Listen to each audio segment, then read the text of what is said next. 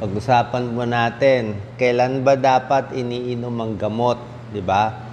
Baka mali ang pag-inom nyo ng gamot nyo. Sa umaga ba dapat? Tanghali, sa gabi? Ang gamot nyo ba, dapat ba after meals, tapos kumain, bago kumain, may laman tiyan o walang tiyan? Actually, ngayon po, pinag-aaralan to, yung tamang pag-inom ng gamot. Tawag dito, chronotherapy, kung kailan mas iniinom.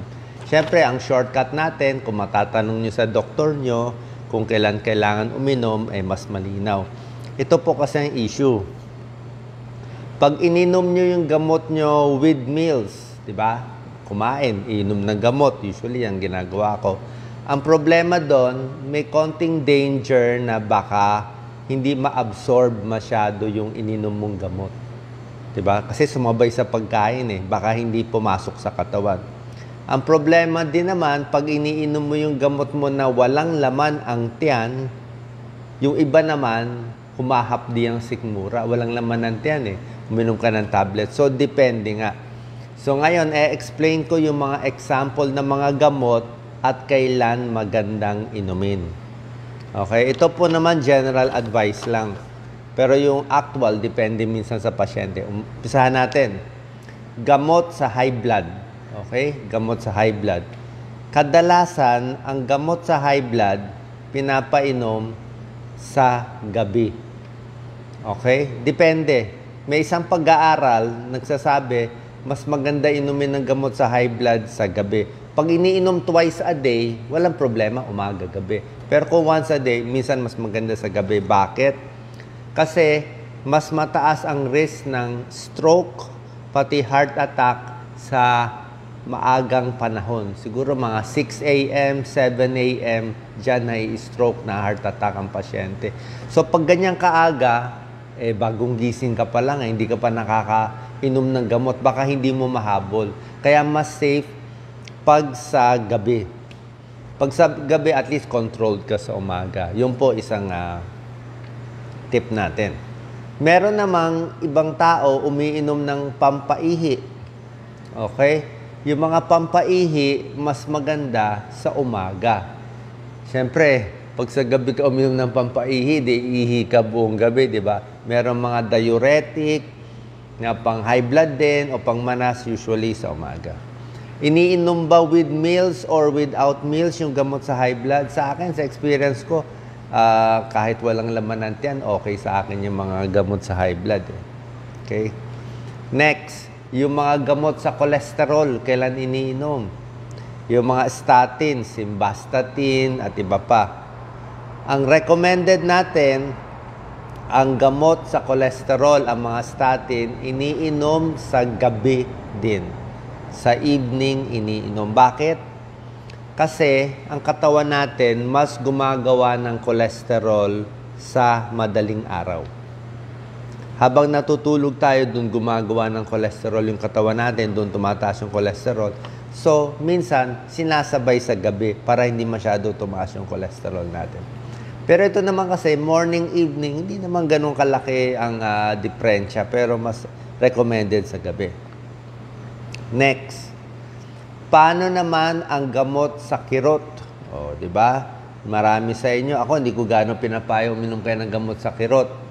Paano yung mga aspirin o sa puso o sa kirot? Ibuprofen, mefenamic acid, di ba? Yan ang mga binibigay sa kirot Mga NSAIDs, non-steroidal anti-inflammatory medicine para sa kirot. Ang recommended natin kung para sa kirot, dapat with meals. Kailangan may pagkain. Hindi pwedeng walang pagkain. Bakit? Kasi itong mga para sa kirot, pain reliever, ibuprofen, makinig po tayo maigi, mefenamic acid, marami pang ibang mga para sa kirot, aspirin at iba pa, nakakahapdi ng sikmura at pwedeng dumugo ang tiyan natin. Pwedeng ma-ulcer, pwede dumugo, kaya delikado. Dapat talaga busog, may laman ang tiyan. Kung alanganin, at least kumain kayo ng isang saging o isang tinapay bago iinom nito mga gamot kasi medyo matapang to masusugat ang tiyan. Next, Paano naman yung mga gamot, let's say yung mga para sa depression? Okay? Maraming gamot sa depression. Ngayon yung gamot sa depression, minsan yung iba dito nakakaantok nakaka-groggy. Oo, depende sa gamot nyo, maraming klaseng gamot Pero yung mga SSRI, mga serotonin reuptake inhibitor, usually nakakaantok. 'Di ba? So, depende. Pag nakakaantok, mas maganda sa gabi. Kasi pag ininom mo itong mga nakakaantok sa umaga, mamaya hindi ka makatrabaho, makatulog ka. So, yung mga antidepressants, usually sa gabi. Tapos yung mga antidepressants, isa pa, bawal isabay sa alak. Makinig kayo Bakit bawal isabay? Kasi pag sinabay mo sa alak, nagugulo yung dose ng gamot mo. Let's say, ang gamot mo, dose is 5 milligrams. Sabayan mo ng alak, yung 5 milligrams, tumataas yung dose. Ibig sabihin, tumatagal sa katawan Tumatagal sa katawan yung gamot. Nagugulo yung dose. Kaya wag mo isabay sa alak. Alak kasi, lalo ka madidepress. Lalo sa sama loob mo sa alak. Kala mo lang nagpapasaya. Kaya nga may antidepressant So, bawal siya isabay. Maraming gamot, bawal isabay sa alak. Next, ito mga nakakantok din to. Gamot sa allergy. Mahilig kayo ma-allergy, di ba?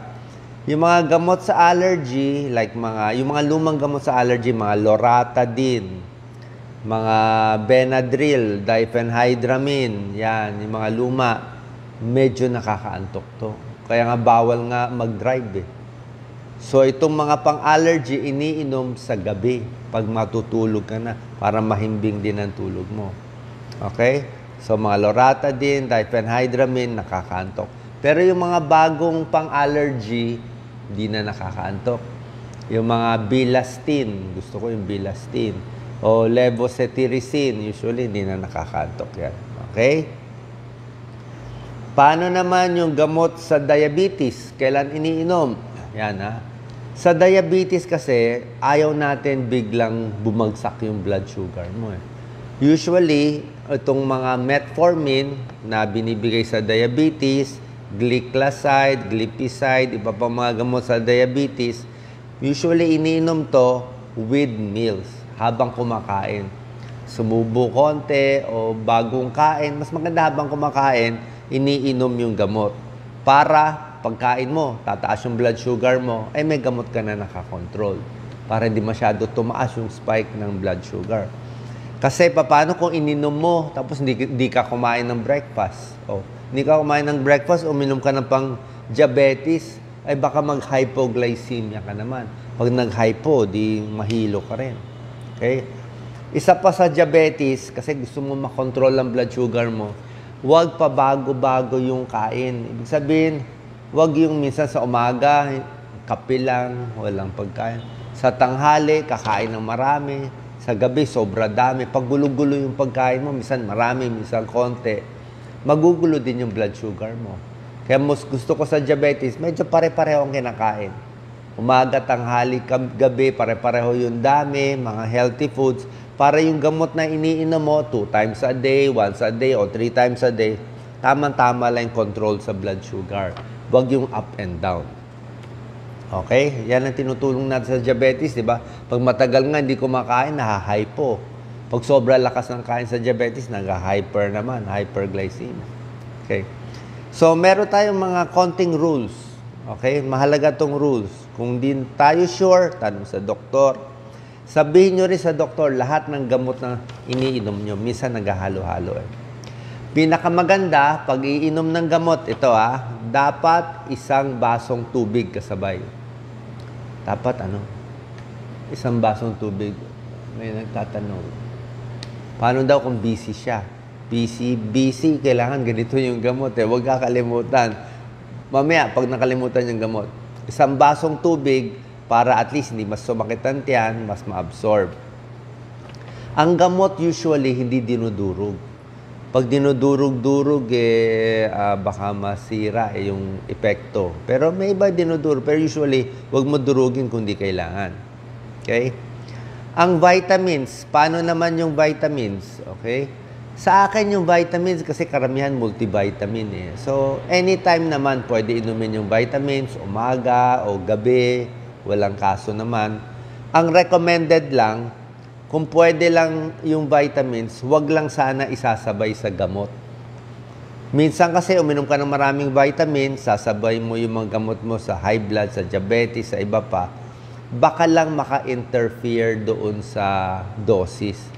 Pero kung wala talaga tayong choice, ay yung gamot yun 3 times a day, di okay lang naman uminom.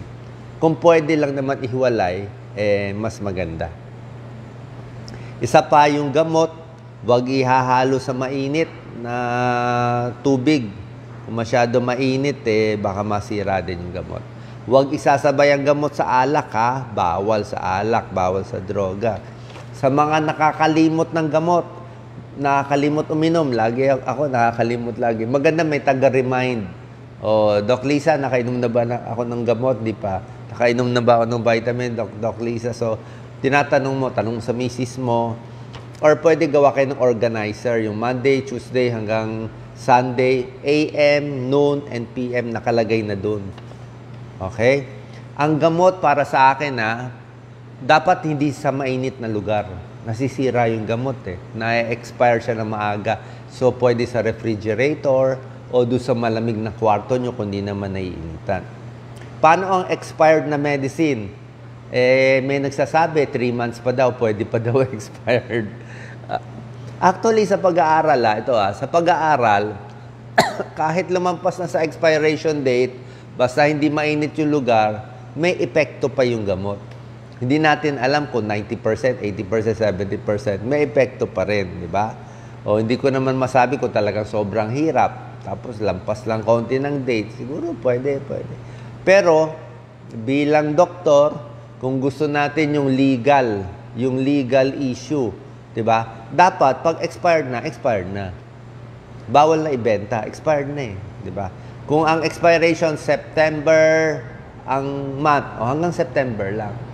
Pero after September, may epekto pa rin yun. Pero hindi mo naman pwede ilampas. Parang tinapay, itong date mo lang kakainin. Pag lumampas itong date sa tinapay, magkakaamag. Minsan lumalampas 1 day, 2 days, kinakain ko pa rin. Nasa sa inyo, yan ang pagtitipid. Pero normally, pag lampas na. Pag nakalimutan mo ang gamot, ito, nakalimot. Hirap nito. Ano gagawin mo? Nakalimot ka ng gamot, di ba? Do-double mo ba yung dose o hindi? Actually, bawal i-double yung dose, usually. Yung nakalimutan mo yung gamot sa high blood ngayon, o next day, do-double mo, di pwede, overdose. So, yun lang, balik ka lang sa normal dose. Ako, may tip pa ako.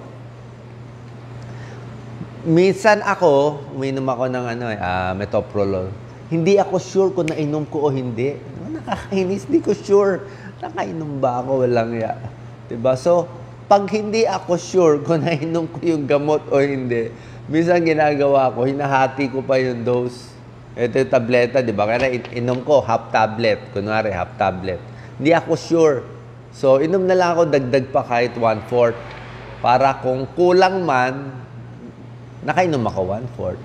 Kung sobra man, konti lang sinobra ko. Minsan ginaganon ko na lang minsan nakakalimut tayo, very busy. Marami pa mga gamot, very important. Gamot sa tuberculosis. Ito, TB. Mahirap tong gamot sa TB. Ang TB, ang daming tableta, di ba? Ang daming gamot yan. Minsan 4 tablets, di ba? Itong gamot sa TB, ang ideal, ang pinakagusto ng doktor, lalo na kung malala ang tuberculosis mo, gusto nila sabay-sabay. Sabay-sabay yung gamot ng TB, wala pang laman ng tiyan. Bago ka kumain, 1 hour before, inumin lahat ng gamot sabay-sabay. Tapos hindi ka pa pwede kumain, hintay ka pa 1 hour. Pag kumain ka, hintay ka pa 2 hours.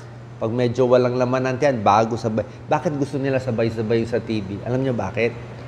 Galit sila sa mikrobyo ng TB. Lalo na yung maraming TB na payat. Gusto nila sabay-sabay para mataas ang dosis sa katawan para patay yung bakterya. Ganun. Pero syempre, may tao sumasakit ang tiyan din pag sinabay-sabay sa TB medicine. So, pag masakit ang tiyan mo, wala tayong dose. Hatiin mo na lang. Kung masakit ang tiyan mo, wala tayong dose. Di after eating mo na lang inumin. Pero, tatandaan natin, pag ganun ginawa natin sa TB medicine, mas mahina ang epekto. A little mas mahina yung epekto. Okay? So, wala namang masama pag ininom mo itong mga gamot after meals. Kaya ako, kung di kayo sure, like ako yung mga maselan ng tiyan. Tayo, may GERD, taas ang kamay, gastritis, lagi mahapdi tiyan, lagi maasim. Kung mas sensitive tiyan mo, wala tayong choice, after meals na lang. Pero isipin natin na baka humina lang yung dose. Anyway, kung TB mo, hindi naman malala, mapapatay mo. Antibiotics, ako usually after meals. Masakit sa tiyan yung antibiotic. Pero, magugulo yung dose konti. So, kung mahina lang naman yung bacteria mo, yung tonsil mo, tonsillitis, hindi ganun kalala, okay lang after meals. Diba? So, bumaba yung dose konti, wala namang kaso. Hindi naman talaga serious. Yung gamot na pampatulog, yung mga sleeping pills, syempre sa gabi, sleeping pills diba? Ito pa, gamot sa ulcer, tulad ng esomeprazole, mga Nexium. Usually, itong mga esomeprazole, before breakfast. Pagkagising, bago mag-breakfast, doon nila gusto. Mas nababawasan yung acid sa tiyan. Ito pa isa. Yung merong mga gamot na tinatawag na pampalabnaw ng dugo. Yung mga warfarin. Yan, mga warfarin. Yung mga warfarin, Coumadin, okay, diba? Ininom natin to. Walang problema with meals or before meals. Ang problema lang dito sa warfarin, gusto niya malabnaw ang dugo mo para hindi magbuo sa puso. Ano ang nakakalapot ng dugo? Ang nakakalapot ng dugo, hindi ito masama. Nakakalapot ng dugo, green leafy vegetables. May vitamin K. Maganda green leafy vegetables diba? Healthy, pampahaba ng buhay. Diba? Pero ito, nagkakos ng yung normal clotting. So, pag naka-warfarin ka, Coumadin, dapat yung dami ng gulay mo pareho lang. Lagi yung gulay mo, 1 cup, 2 times a day. Ganun lang. Huwag sobrahan, huwag bawasan.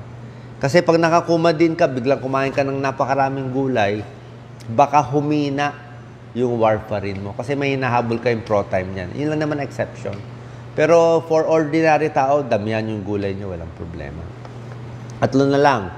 Paracetamol. Dami nagpa-paracetamol, di ba? Paracetamol, okay lang naman, di ba? Safe. Kaya lang, wag mo isasabay din sa alak yung paracetamol. Kasi kung madalas ka nagpa-paracetamol, madalas ka uminom ng alak, tumataas ang dose ng paracetamol mo. Di ba? Pwede tumaas kasi dumadaan niya sa atay lahat. Sa liver ang pag-metabolize niya. Kaya pag sobrang alak, kaya alak talaga hindi maganda nagugulo. Isa pa, may antibiotics na tinawag na quinolones, mga ciprofloxacin, ciprobay, levofloxacin, moxifloxacin, tetracycline, doxycycline. Itong mga antibiotics na may mga ciprofloxacin sa dulo, usually hindi sinasabay sa gatas. Huwag mo muna isabay sa gatas. Mamaya ka na kumain ng ice cream, baka a few hours after. Medyo nagugulo lang yung absorption nitong antibiotic, lalo na kung kailangan. Isa pang last, ito, gamot sa thyroid. Yung mga hypothyroid. Ito yung levothyroxine. May mga tao na hypothyroid sila, binibigyan ng levothyroxine. Mga L-troxin, Synthroid ang pangalan. Ito dapat iniinom sa umaga, walang laman ang tiyan. Kasi gusto mo yung thyroid level mo saktong-sakto. Ayaw mo sobra, ayaw mo kulang. Para masakto yung thyroid level mo, dapat sa umaga, walang laman ng tiyan, 60 minutes before breakfast, para sakto yung sa thyroid, para hindi tumaas at bumaba. Okay? Okay ba ang dugo? 110/60? Okay lang po yan. Normal yan. Pero kung uminom kayo ng gamot sa high blood, 110/60, tingnan natin. Baka masyado nang bumaba. Okay? Sana po nakatulong itong mga payo ko. May nagtatanong, paano yung mga supplement? Di ko alam kung anong supplement nyo. Depende. May supplement na masakit sa tiyan, meron hindi. Pero sa akin, kung Kung alanganin ng tiyan nyo, okay naman with meals. Okay? Okay naman with meals. Wala namang problema. Pero isipin nyo lang, baka lang medyo bumababa yung dose kung with meals. Okay? Tubig, uminom ng marami. Ha? Basta umiinom ng gamot, kailangan maraming tubig na iniinom. Lalo na yung mga fiber supplement, umiinom kayo ng fiber, kailangan maraming tubig. Maraming gulay kinakain, dapat maraming tubig para hindi ma-imbak yung mga fiber sa katawan natin. Maraming salamat po. God bless po.